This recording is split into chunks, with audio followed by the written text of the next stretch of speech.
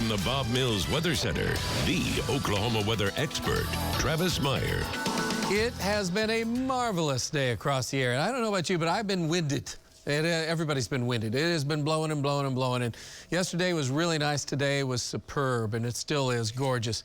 Looking from downtown, of course, we're looking at Gathering Place. The Arkansas River, usually by this time, is really flowing with a lot of water because we've had a lot of rain. Well, that hasn't been the case as of yet, but that is subject to change over the next week or two as we get into the wettest part of the year, and hopefully we're going to have some rain for out west, because heaven knows they need it. 69 degrees right now. It is gorgeous. Low humidity. That will allow for tonight to be a cool night, but there's still a lot of tree pollen. We were talking about that earlier today, and so trees are going crazy at this point.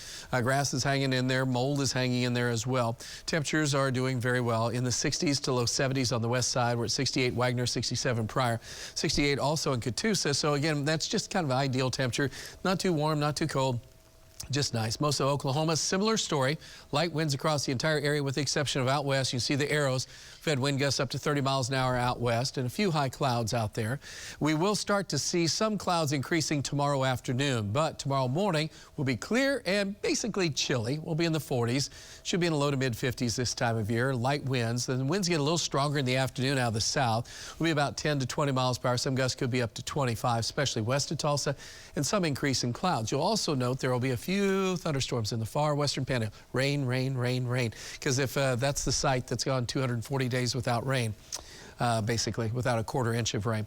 So we're then going to see, as we go on into the evening hours for tomorrow night, a line of thunderstorms forming. And it'd be nice if this was still further out west, but that's not the case. This will move east as we go through about 2 o'clock in the morning. Showers and a few thunderstorms trying to move into Osage County. We picked the most aggressive model that has the highest chance of rain. Not because we want it to rain, but just in case it does, this gives you a better visual of what's going on. It could be in the Tulsa area 3 to 7 o'clock in the morning. Some of our models and indications are about sprinkles, and a few will have some rumbles of thunder, a quick shower coming through, and then that kind of falls apart. 50s in the morning. Then as we go through the daytime hours, stronger south winds. It'll be a mix of clouds, so that can hold our temperatures in check somewhat. Notice the difference from east to west. 72 at Miami. It will be pushing 90, almost 92 at Gage. I mean, it's just going to be awful hot out west, where the last place they need is that.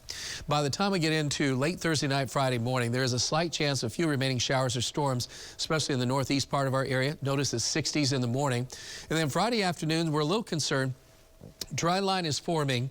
Look at the temperatures nearing 100 in southwest Oklahoma. We'll be in the 70s and 80s here. What a contrast. But that contrast also causes a dry line effect that will be coming across this region, an explosion of some thunderstorms that could occur.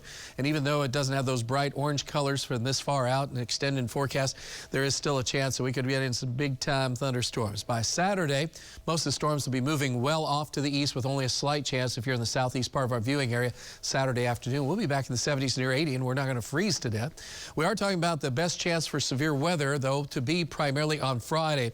That's when we're going to have this wave coming in from out of the west. It's going to collide with the hot and the moist air, and that's where a few thunderstorms that could be severe.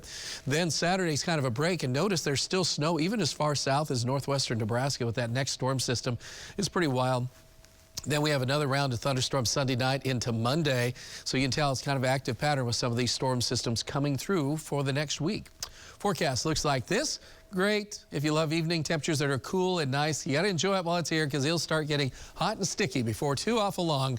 We'll be talking about, man, it'd be nice to have a fan. It's just so hot. Temperatures will be in the 40s in the morning and chilly or cool, however you want to look at that. 60s at noontime. Still low humidity. The humidity comes back, and they'll start getting more on the muggy side again as we get toward the weekend, and temperatures low 80s. That chance of storms, slight, moderate to slight early Thursday morning, then comes back again Friday afternoon. Even though only 30% chance, someone could be really rumbling. So we'll be watching that.